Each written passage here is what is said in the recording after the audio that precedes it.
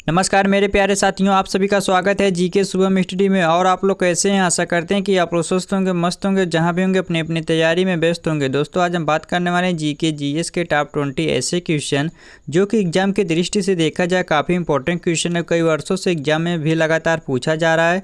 तो आप लोग से एक निवेदन है कि वीडियो को एंड तक जरूर देखिएगा। यदि आप लोग चैनल पर नए हो तो चैनल को सब्सक्राइब जरूर कर लीजिए। चलिए बिना देर किए स्टार्ट करते हैं। आज का पहला क्वेश्चन है, झारखंड में एल्युमिनियम उद्योग की स्थापना कब हुई थी? दोस्तों झारखंड में एल्युमिनियम उद्योग की स्थापना कब हुई थी? आपका ऑप्शन दिया 1937, 1950, 1985 या फिर 1934। तो याद रखिएगा आपका राइट आंसर हो जाएगा ऑप्शन है 1937। तो झारखंड में एल्युमिनियम उद्योग की स्थापना 1937 ईस्वी में हुआ था। तो याद रखिएगा ऑप्शन ए को लॉक कर लेते हैं। चलिए अगला क्वेश्चन देखते हैं दोस्तों। यदि दोस्तों आप लोग को पहले से किसी भी क्वेश्चन का आंसर पता हो तो आप सब उसका जवाब कमेंट बॉक्स में ज़रूर दीजिएगा। तो झारखंड में लौह इस्पात का उत्पादन कब शुरू हुआ था? तो आपका ऑप्शन दिया 1971, 1913, 1920 या फिर 1972। तो याद रखिएगा आपका राइट आंसर हो जाएगा ऑप्शन बी 1913। तो झारखंड में लौह इस्पात का उत्पादन 1913 ईस्वी में शुरू हुआ था। तो याद रखिएगा ऑप्शन बी को लॉक कर लेते हैं। चलिए अगला क्वेश्चन देखते हैं। काफ़ी इंपॉर्टेंट क्वेश्चन है, झारखंड में कृषि के क्षेत्र में सर्वाधिक विकसित क्षेत्र कौन से हैं? तो दोस्तों झारखंड में कृषि के क्षेत्र में सर्वाधिक विकसित क्षेत्र कौन से हैं? आपका ऑप्शन दिया उत्तर पूर्वी सीमांत कृषि क्षेत्र, हजारीबाग पठार का कृषि क्षेत्र, रांची पठार कृषि क्षेत्र, फिर इनमें से कोई नहीं। तो याद रखिएगा आपका राइट आंसर हो जाएगा ऑप्शन ए उत्तर पूर्वी सीमांत कृषि क्षेत्र। तो झारखंड में कृषि क्षेत्र के सर्वाधिक विकसित क्षेत्र उत्तरी पूर्वी सीमांत कृषि क्षेत्र ही है। तो याद रखिएगा ऑप्शन ए को लॉक कर लेते हैं। चलिए अगला क्वेश्चन देखते हैं दोस्तों। काफ़ी इंपॉर्टेंट क्वेश्चन है, इसको ध्यान से देखिएगा। भूकंप को मापने के लिए प्रयुक्त उपकरण को क्या कहते हैं? दोस्तों भूकंप को मापने के लिए प्रयुक्त उपकरण को क्या कहते हैं? आपका ऑप्शन दिया भूकंप सूचक यंत्र, भूकंप मीटर, बैरोमीटर या फिर इनमें से कोई नहीं। तो याद रखिएगा आपका राइट आंसर जाएगा ऑप्शन है भूकंप सूचक यंत्र। तो भूकंप को मापने के लिए प्रयुक्त उपकरण को भूकंप सूचक यंत्र कहते हैं। तो याद रखिएगा ऑप्शन ए को लॉक कर लेते हैं। चलिए अगला क्वेश्चन देखते हैं दोस्तों। काफ़ी इंपॉर्टेंट क्वेश्चन है, भूकंप द्वारा उत्सर्जित ऊर्जा के परिणाम की गणना किसके उपयोग करके जाती है? आपका ऑप्शन दिया भूकंप पैमाना, भूकंपीय पैमाना, रिक्टर स्केल या फिर टेबलर स्केल। तो याद रखिएगा आपका राइट आंसर जाएगा ऑप्शन सी रिक्टर स्केल। तो भूकंप द्वारा उत्सर्जित ऊर्जा के परिणाम की गणना रिक्टर स्केल के द्वारा उपयोग किया जाता है। तो याद रखिएगा ऑप्शन सी को लॉक कर लेते हैं। चलिए अगला क्वेश्चन देखते हैं। पृथ्वी के अंदर वह बिंदु जहां भूकंप उत्पन्न होता है। तो दोस्तों पृथ्वी के अंदर वह बिंदु जहां भूकंप उत्पन्न होता है, आपका ऑप्शन दिया है अल्पविराम, मूल, ऊपरी केंद्र या फिर केंद्र। तो याद रखिएगा आपका राइट आंसर जाएगा ऑप्शन डी केंद्र। पृथ्वी के अंदर वह बिंदु जहां भूकंप उत्पन्न होता है वह केंद्र ही है। तो याद रखिएगा ऑप्शन डी को लॉक कर लेते हैं। चलिए अगला क्वेश्चन देखते हैं। काफ़ी इंपॉर्टेंट क्वेश्चन है, पृथ्वी की सतह पर फोकस के ठीक ऊपर स्थित स्थान को क्या कहते हैं? तो दोस्तों पृथ्वी की सतह पर फोकस के ठीक ऊपर स्थित स्थान को क्या कहते हैं?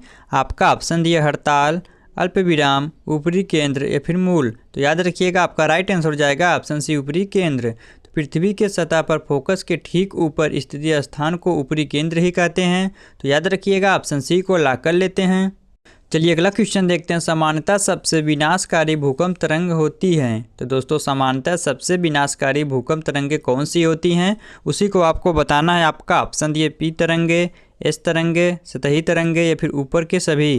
तो याद रखिएगा आपका राइट आंसर हो जाएगा ऑप्शन सी सतही तरंगे। तो सामान्यतः सबसे विनाशकारी भूकंप सतही तरंगे होती हैं। तो याद रखिएगा ऑप्शन सी को लॉक कर लेते हैं।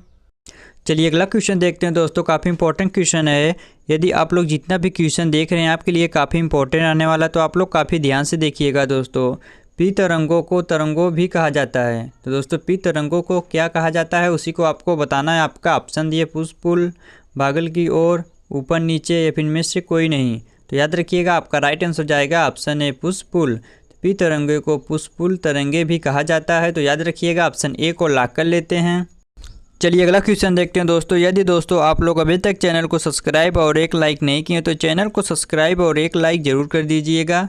तो पी तरंगे से होकर गुजर सकती है। तो दोस्तों पी तरंगे से होकर कौन सी पदार्थ गुजर सकती है, उसी को आपको बताना है। आपका ऑप्शन ये केवल क्रस्ट और कोर, केवल तरल पदार्थ और गैसें, ठोस गैसें और तरल पदार्थ, या फिर इनमें से कोई भी नहीं। तो याद रखिएगा आपका राइट आंसर हो जाएगा ऑप्शन सी, ठोस गैस और तरल पदार्थ। तो पी तरंगे ठोस गैस और तरल पदार्थ से होकर गुजर सकती है। तो याद रखिएगा ऑप्शन सी को लॉक कर लेते हैं। चलिए अगला क्वेश्चन देखते हैं दोस्तों, काफ़ी इंपॉर्टेंट क्वेश्चन है।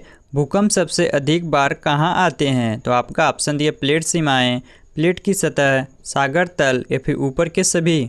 तो याद रखिएगा आपका राइट आंसर हो जाएगा ऑप्शन ए, प्लेट सीमाएं। तो भूकंप सबसे अधिक प्लेट सीमाएं में आती हैं। तो याद रखिएगा ऑप्शन ए को लॉक कर लेते हैं।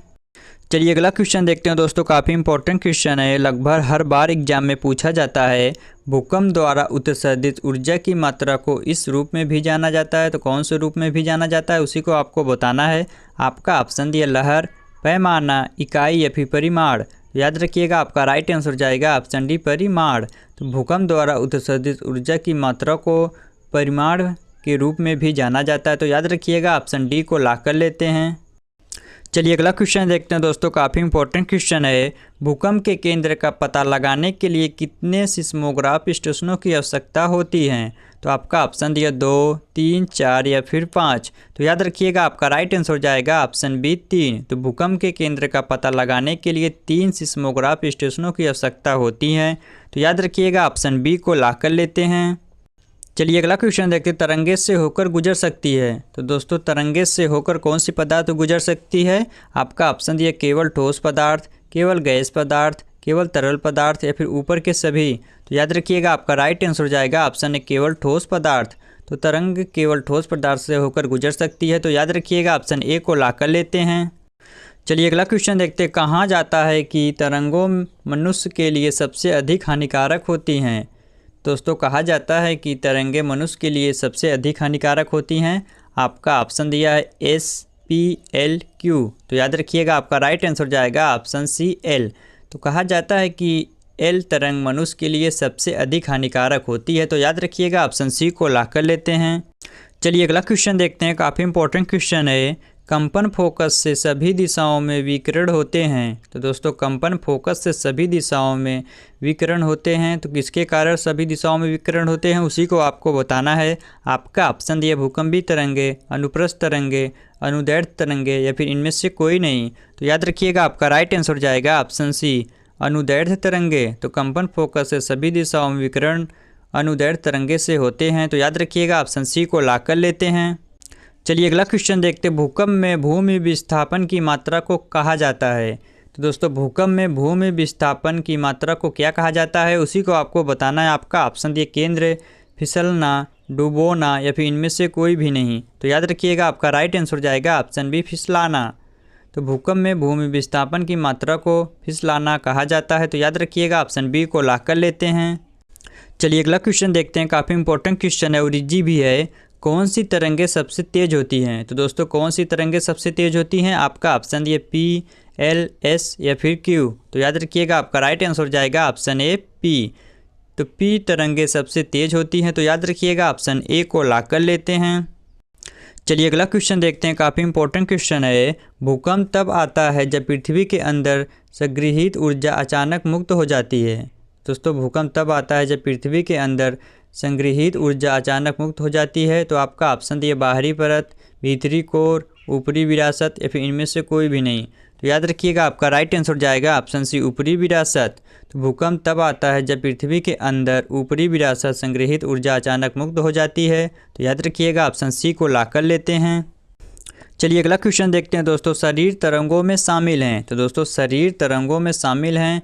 तो शरीर में कौन से तरंगे शामिल हैं, उसी को आपको बताना है। आपका ऑप्शन दिए केवल एस तरंगे, केवल पी तरंगे, सतही तरंगे, या फिर ए और बी दोनों। तो याद रखिएगा आपका राइट आंसर हो जाएगा ऑप्शन डी, ए और बी दोनों।